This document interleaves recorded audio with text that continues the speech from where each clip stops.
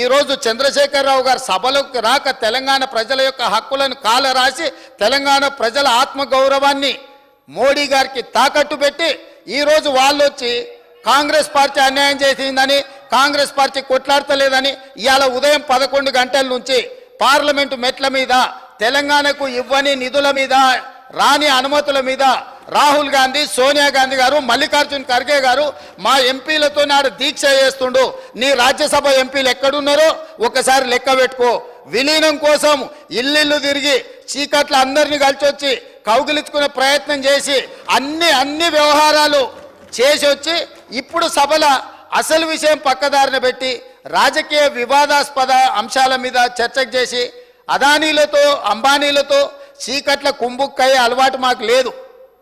Congress party already మా మంత్రి గారు చెప్పారు విద్యుత్ విధానం మీద ఇప్పటివరకు 10 ఏళ్ల పాలసీనే లేదు అధ్యక్ష తెలంగాణకు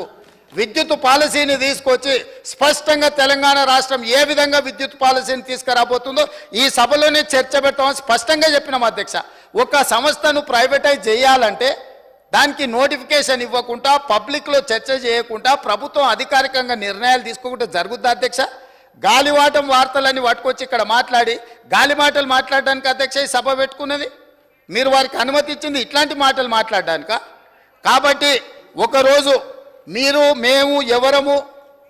ఏ అంశాల మీద 18 సార్లు మేము తిరిగి ఇవాళ వారు మేము మిగులు రాష్ట్రంగా 14,000 కోట్ల రూపాయల మిగులు రాష్ట్రాన్ని మీకు అప్పచెప్పినాం ఆనాడు సంవత్సరానికి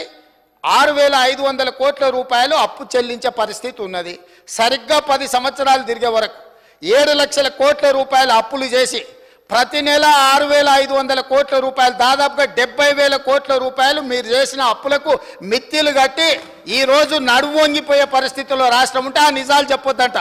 లోపల క్యాన్సర్ ఉండాలి ఎయిడ్స్ ఉండాలి కానీ నేను మంచిగా ఉన్నా ఎర్రగా బుర్రగా ఉన్నా నాకు పిల్లని అండి పెళ్లి చేసుకుంటా అని అబద్ధాలు చెప్పి ముంచాలని చెప్పి వారు సూచన చేస్తున్నారు అధ్యక్ష రాష్ట్రం దివాలా తీసింది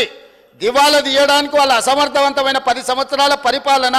విద్యుత్ శాఖ దివాలా తీసింది 88,000 కోట్ల రూపాయల అప్పులే కాకుండా సింగరేణికి బకాయిలు వాళ్ళు అట్లనే పెట్టిండ్రు ప్రైవేట్ కంపెనీలల్లా ఎక్కడ తెచ్చిన అప్పులు అక్కడనే ఉన్నాయి ఇరిగేషన్లో కాళేశ్వరం కట్టిన అంటారు మేడిగడ్డ కుప్పగూలిపోయింది అవసరం లేదు అదేవిధంగా మత్స్యకారులకు ఆ భరోసా లేదు ఎవరికి కూడా చెప్పుకోదగ్గ భరోసా లేదు ఇందులో విశేషం హైలైట్ ఏంటంటే ఆర్థిక మంత్రి ప్రతి మాటను ఒత్తి ఆ డబ్బు వచ్చినప్పుడు అదేందుకు పెద్ద మహాప్రపంచ విజయంలాగా ఒత్తి చెప్పడం తప్ప కొత్తది ఏమి లేదు ఒత్తి పలుకులు పలకడం తప్ప కొత్తగా చెప్పింది ఏమి లేదు ఒక కొత్త సంక్షేమ పథకం కానీ ఏది కూడా లేదు మహిళల పట్ల కూడా చాలా స్పష్టంగా చెప్పాల్సిన అవసరం ఉండేది కానీ వాళ్ళు మేము 1,00,000 కోట్లతో అన్ని రుణాలు ఆ రుణాలు వీలేదో ఇస్తున్నట్టుగా ఆల్రెడీ ఉన్న స్కీమే నథింగ్ న్యూ అబౌట్ ఇట్ ఏమి లేదు వెరసి ఇష్యూ యాజ్ ఏ హోల్ దురదృష్టం ఏంటంటే వాళ్ళ బ్యాడ్ లక్ ఏంటంటే మేము కూడా ప్రభుత్వం ఏర్పడిన తర్వాత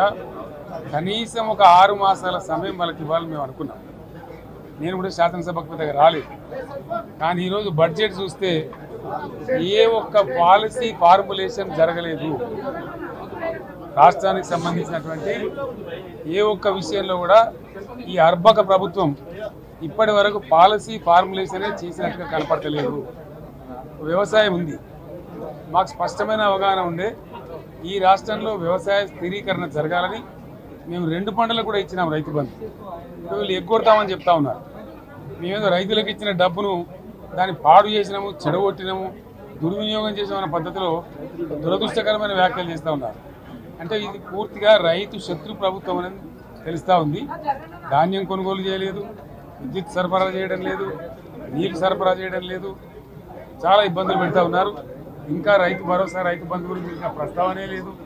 ఎప్పుడు వేస్తారని మా ఎమ్మెల్యేలు అడిగితే కూడా కనీసం సమాధానం చెప్తలేరు కాబట్టి రైతులను వంచింది ప్రభుత్వం వృత్తి కార్మికులను వంచింది ఒక్క పాలసీ ఇండస్ట్రియల్ పాలసీ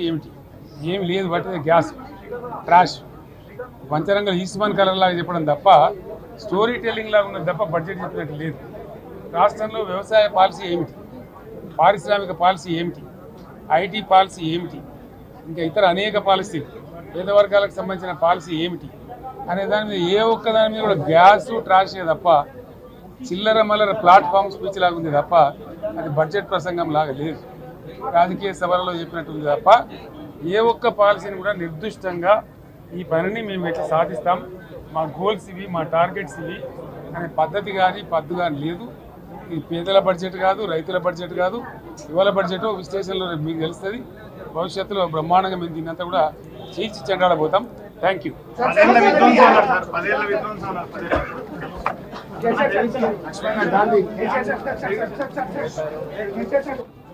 అనేక ఆంక్షలు పెట్టబోతున్నట్టుగా ప్రత్యక్షంగా చెప్పి రైతులకు ఆల్రెడీ మోసం చేశారు. బడ్జెట్లో వాళ్ళ నైజాం కూడా స్పష్టంగా బయటపడింది. గత ప్రభుత్వం అన్ని రాష్ట్రాల్లో అన్ని